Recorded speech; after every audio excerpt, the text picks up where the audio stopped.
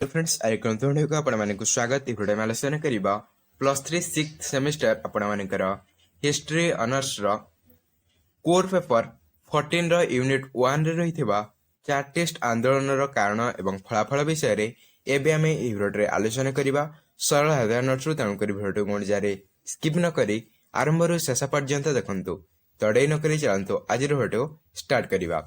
तो प्रश्न रछि कन्ना चार टेस्ट आंदोलन रो कारण एवं फलाफल विषय रे आलोचना कर।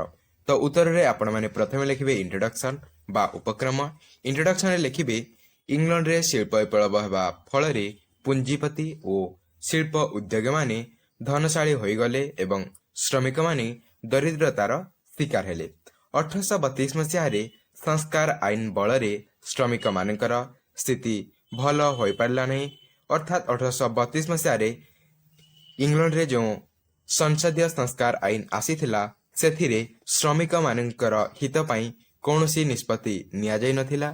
श्रमिक माने भोट देई पारिले नहीं, जा फल रे परवर्ती समय रे श्रमिक माने राजनैतिक अधिकार पाया पई जो आंदोलन आरंभ कले ताको चार टेस्ट आंदोलन बोली कुहा जाय।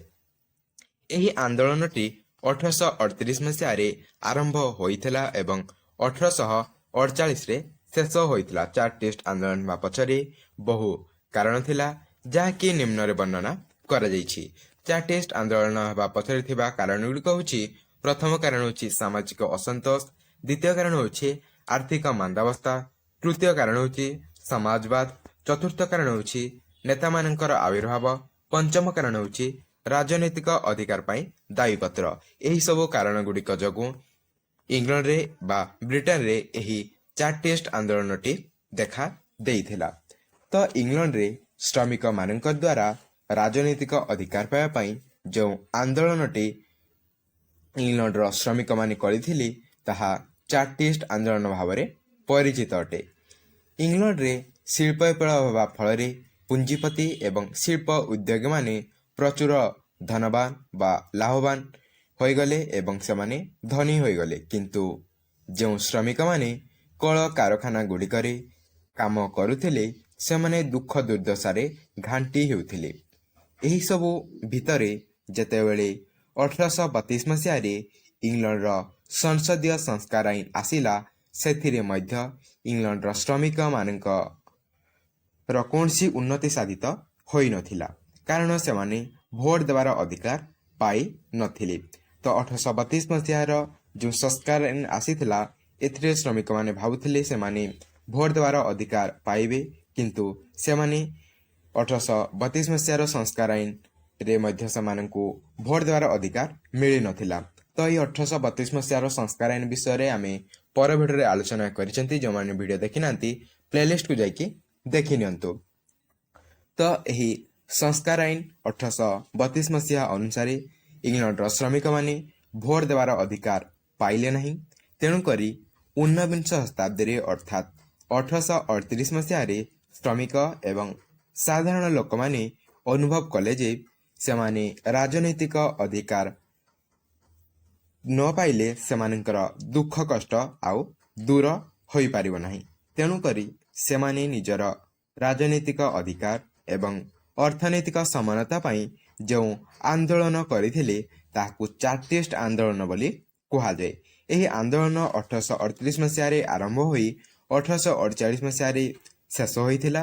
एही आंदोलन रो उद्देश्य थिला जनतार सामाजिक एवं राजनैतिक अधिकार रखिबारे सहयोग करिबा एवं साधारण लोकंकु राजनैतिक प्रतिनिधित्व एवं नीतिगत समानता सुरक्षित करिबा।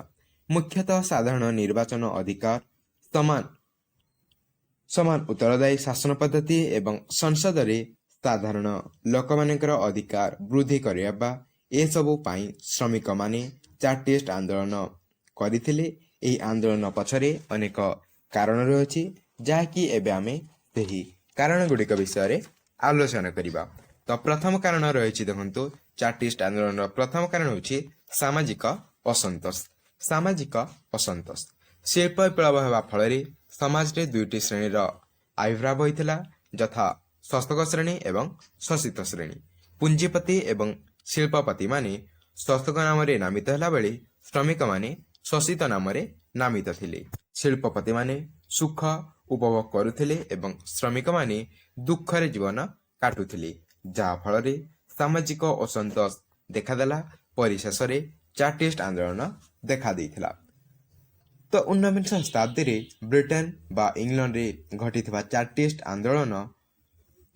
ଆନ୍ଦୋଳନ ଶ୍ରମିକ ଏବଂ ମଧ୍ୟବିତ୍ତ ବର୍ଗର ଲୋକମାନଙ୍କ ଦ୍ୱାରା ଚାଲିଥିବା ଆନ୍ଦୋଳନ ଏକ ଗୁରୁତ୍ୱପୂର୍ଣ୍ଣ ଆନ୍ଦୋଳନ ଥିଲା।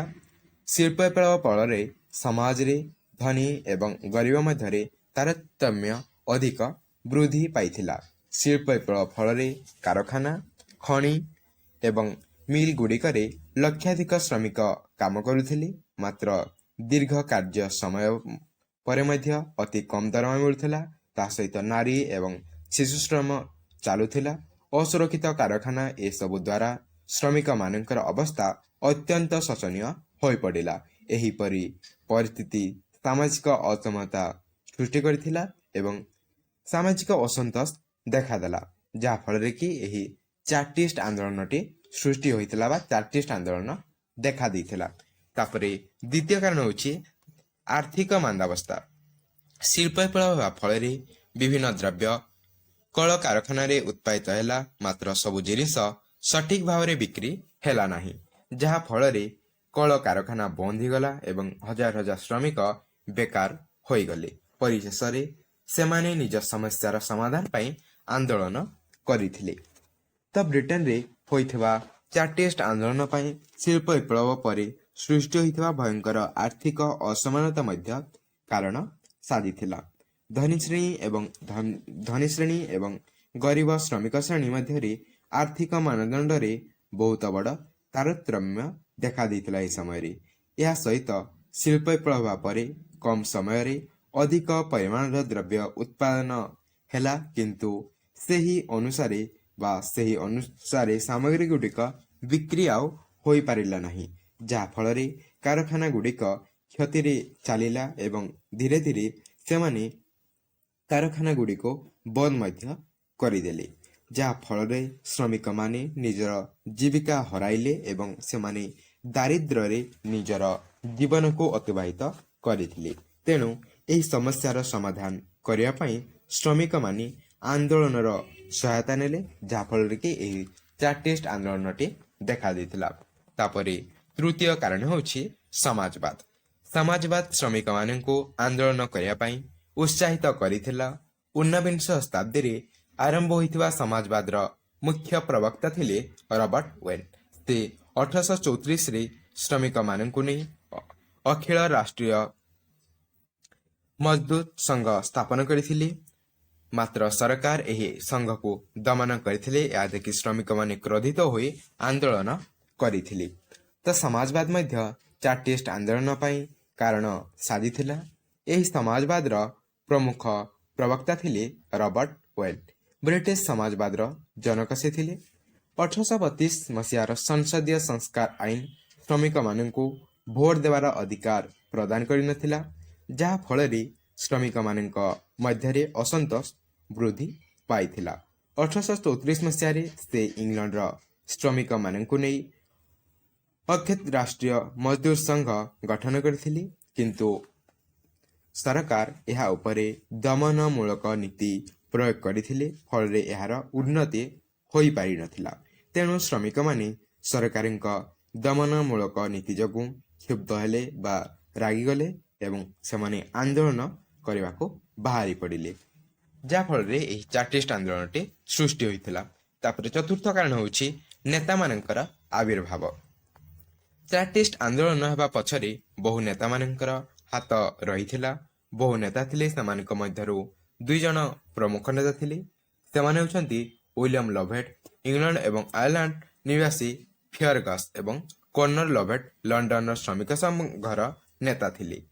ଫିୟରଗସ୍ ଏବଂ କର୍ଣ୍ଣର ଭୌତିକ ଶକ୍ତି ଦଳର ସମର୍ଥକ ଥିଲେ, ଆଉ ମଧ୍ୟ ସେ 1837ରେ ଶ୍ରମିକମାନଙ୍କୁ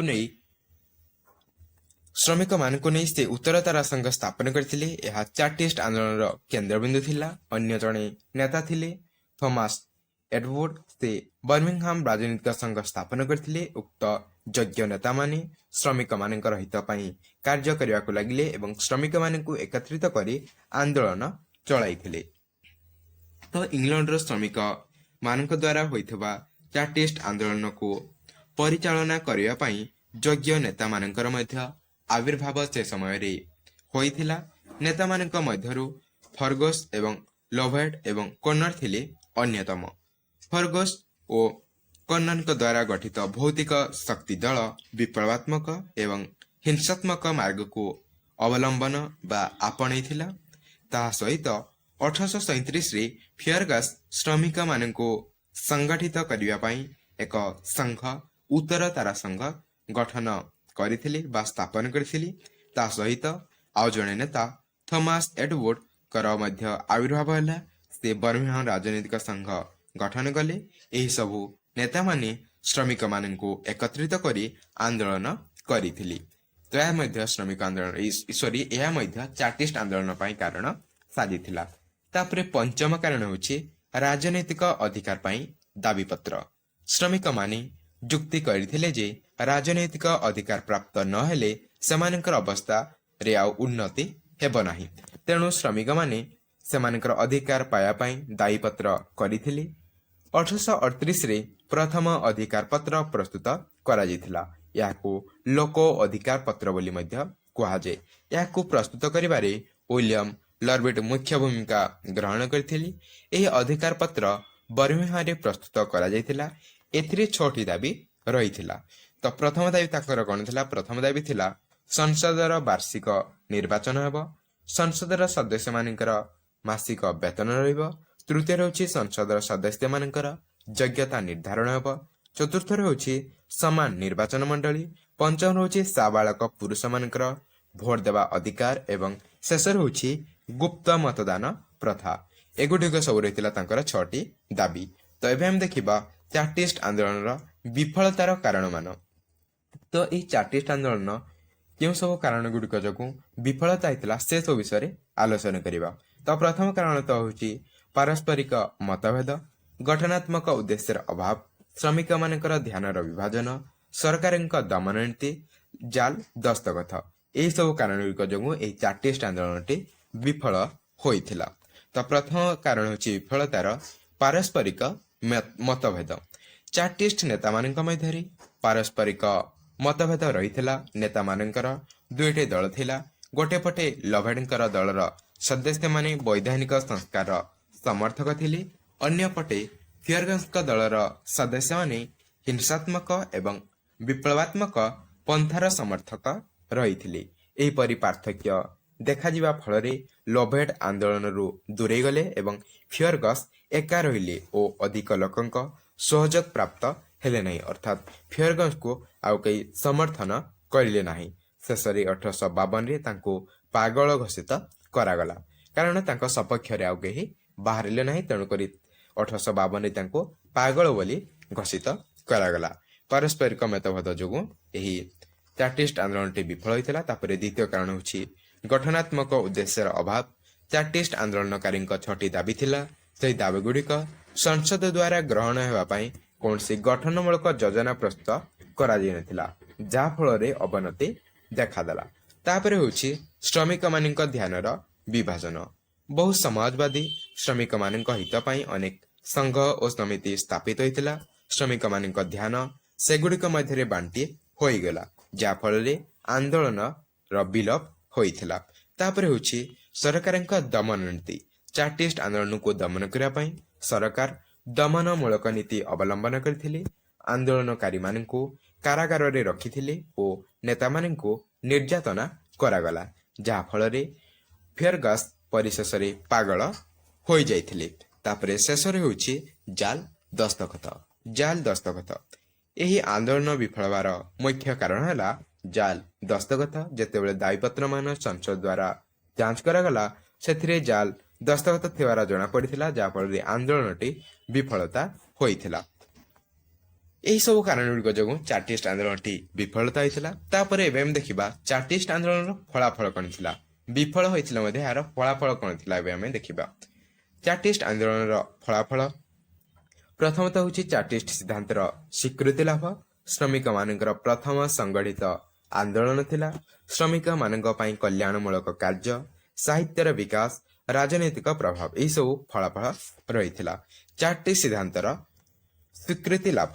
ତ ଶ୍ରମିକ ମାନଙ୍କର ଯେଉଁ 6ଟି ଦାବି ସେମାନଙ୍କର ଥିଲା, ସେଥିମଧ୍ୟରୁ 5ଟି ଦାବି ପୂରଣ ହୋଇଥିଲା। ପ୍ରଥମ ଦାବି ତ ହେଉଛି 1867 ମସିହା ଅନୁଯାୟୀ ସଂସଦରେ ଯୋଗ ଦେବା ପାଇଁ ସଦସ୍ୟର ସଂଖ୍ୟା ଏବଂ ଯୋଗ୍ୟତା ଉପରେ ଧ୍ୟାନ ଦିଆଗଲା। ଦ୍ୱିତୀୟତଃ ହେଉଛି 1872 ମସିହାରେ ଗୁପ୍ତ ମତଦାନ ବ୍ୟବସ୍ଥା ପ୍ରବର୍ତ୍ତନ କରାଗଲା। ତୃତୀୟତଃ ହେଉଛି 1885 ମସିହା ଆଇନ ଅନୁଯାୟୀ ସବୁ ନିର୍ବାଚନ ମଣ୍ଡଳୀକୁ ସମାନ କରିଦିଆଗଲା। ଚତୁର୍ଥତଃ ହେଉଛି 1911 ଅନୁଯାୟୀ ସଂସଦର ସଦସ୍ୟମାନଙ୍କୁ ବେତନ ମିଳିଥିଲା ଏବଂ ପଞ୍ଚମତଃ 1918 ମସିହା ଆଇନ ଅନୁଯାୟୀ ସାବାଳକ ମାନଙ୍କୁ ଭୋଟ ଦେବାର ଅଧିକାର ଦିଆଯାଇଥିଲା ବା ପ୍ରଦାନ କରି ଦିଆଯାଇଥିଲା। ଏହି 6ଟି ଦାବି ମଧ୍ୟରୁ ସେମାନେ ଯେଉଁ 6ଟି ଦାବି କରିଥିଲେ ସେଥିମଧ୍ୟରୁ 5ଟି ଦାବି ପୂରଣ ହୋଇଥିଲା। ତାପରେ ଦ୍ୱିତୀୟରେ ହେଉଛି ଇଂଲଣ୍ଡ ଇତିହାସରେ 4ଟି ଆନ୍ଦୋଳନ ହେଉଛି ଶ୍ରମିକ ମାନଙ୍କର ପ୍ରଥମ ସଂଗଠିତ ଆନ୍ଦୋଳନ। ଶ୍ରମିକ ମାନଙ୍କର ହିତ ନିମନ୍ତେ ହିଁ ଏହି ଆନ୍ଦୋଳନଟି ହୋଇଥିଲା। ତାପରେ ତୃତୀୟରେ ହେଉଛି ଶ୍ରମିକ ମାନଙ୍କ ପାଇଁ କଲ୍ୟାଣମୂଳକ କାର୍ଯ୍ୟ। ଏହି ଆନ୍ଦୋଳନ ଯୋଗୁଁ ଶ୍ରମିକ ମାନଙ୍କ ପାଇଁ ବହୁ ଆଇନ ପ୍ରଣୟନ ହୋଇଥିଲା। ଶ୍ରମିକ ମାନେ ଭୋଟ ଦେବାର ଅଧିକାର ପାଇଲେ। ଏହା ସହିତ ବିଭିନ୍ନ ଆଇନ 1833ରେ କାରଖାନା ଆଇନ, 1842ରେ ଖଣି ଆଇନ, 1848ରେ ସାର୍ବଜନୀନ ସ୍ୱାସ୍ଥ୍ୟ ଆଇନ ଏହିସବୁ ଆଇନ ଗୁଡ଼ିକ ମଧ୍ୟ ପ୍ରଣୟନ ହୋଇଥିଲା। ତାପରେ ହେଉଛି ସାହିତ୍ୟର ବିକାଶ। ଏହି 4ଟି ଆନ୍ଦୋଳନ ଫଳରେ ସାହିତ୍ୟର ବିକାଶ ମଧ୍ୟ ହୋଇଥିଲା। ବହୁ ପୁସ୍ତକ ସେ ସମୟରେ ରଚନା କରାଯାଇଥିଲା ଓ ସେଥିରେ ଶ୍ରମିକ ମାନଙ୍କ ଦୁଃଖ ବିଷୟରେ ମଧ୍ୟ ଲେଖା ହୋଇଛି। ଉଦାହରଣ ସ୍ୱରୂପ ହୁଡଙ୍କ ସଙ୍ଗ ଅଫ୍ ଦ ସେଡ୍ସ ଏବଂ ବ୍ରାଉନିଂଙ୍କ cry of the children, Charles ଡିକେନ୍ସଙ୍କ ଅଲିଭର ଟ୍ୱିଷ୍ଟ, ଡିନେଲିଙ୍କ ଲୋକପ୍ରିୟ ଉପନ୍ୟାସ ସେଭିଲ୍ ଏବଂ ଅଲ୍ଟନ୍ଙ୍କ ଚାର୍ଟିଷ୍ଟ ଇତ୍ୟାଦି ସବୁ ଉପନ୍ୟାସ ଗୁଡ଼ିକ ମଧ୍ୟ ରଚିତ ହୋଇଥିଲା। ତାପରେ ଶେଷରେ ହେଉଛି ରାଜନୈତିକ ପ୍ରଭାବ। ଆନ୍ଦୋଳନ ଭବିଷ୍ୟତରେ ଇଂଲଣ୍ଡର ରାଜନୀତିକୁ ପ୍ରଭାବିତ କରିଥିଲା। ଟୋରି ଦଳ ନେତା ଡିନେଲି ସ୍ୱୀକାର କରିଥିଲେ ଯେ ଏହା ତାଙ୍କ ନୀତି ନିର୍ଦ୍ଧାରଣରେ ବିଶେଷ ସହାୟକ ହୋଇଥିଲା ଆଉ ମଧ୍ୟ ଆନ୍ଦୋଳନ ଦ୍ୱାରା ପ୍ରଭାବିତ ହୋଇ ଡିସରାଏଲି ୟଙ୍ଗ ଇଂଲଣ୍ଡ ପାର୍ଟି ବା ଯୁବକ ଇଂଲଣ୍ଡ ଗଠନ ମଧ୍ୟ କରିଥିଲେ। ତାପରେ ଶେଷରେ ଆପଣମାନେ ଲେଖିବେ କନକ୍ଲୁଜନ ବା ଉପସଂହାର। କନକ୍ଲୁଜନରେ ଲେଖିବେ ଉପରୋକ୍ତ ଆଲୋଚନାରୁ ଆମେ ଏହା ଜାଣିଲେ ଯେ ଶ୍ରମିକମାନେ ରାଜନୈତିକ ଅଧିକାର ପାଇବା ପାଇଁ ବିଦ୍ରୋହ କରିଥିଲେ, ମାତ୍ର ସରକାର ଆନ୍ଦୋଳନକୁ ଦମନ କରିଥିଲେ ଏହି 4ଟି ଆନ୍ଦୋଳନକୁ। ତ ଏହା ଥିଲା ଆପଣମାନଙ୍କର କୋର ପେପର 14 ରହିଥିବା 4ଟି ଆନ୍ଦୋଳନର କାରଣ ଏବଂ ଫଳାଫଳ ବିଷୟରେ, ଯାହାକି ଆମେ ସରଳ ହାତିଆର ନୋଟ୍ସରୁ ଆଲୋଚନା କଲେ। ତ ଆଉ କିଛି ଏମିତି ସରଳ ହାତିଆର ନୋଟ୍ସର ଲଙ୍ଗ କ୍ୱେଶ୍ଚିନ୍ ଗୁଡ଼ିକ ଆମେ ଆଲୋଚନା କରିବା। ତେଣୁକରି ଚ୍ୟାନେଲକୁ ପ୍ରଥମ କରି ଆସିଥିଲେ ସବସ୍କ୍ରାଇବ କରି ଅଲ୍ ନୋଟିଫିକେସନ ବେଲକୁ ଅନ୍ କରିଥାନ୍ତୁ। ତ ଭିଡ଼ିଓଟି ଭଲ ଲାଗିଲା ଦୌଡ଼େ ଲାଇକ୍ ଦେବେ ଏବଂ ସାଙ୍ଗସାଥିମାନଙ୍କ ସହ ଅଧିକରୁ ଅଧିକ ମାତ୍ରାରେ ସେୟାର କରିବେ। ତ ଦେଖା ହେବା ଆଉ ଏକ ନୂତନ ଭିଡ଼ିଓରେ। ସେ ପର୍ଯ୍ୟନ୍ତ ଜୟ ଜଗନ୍ନାଥ।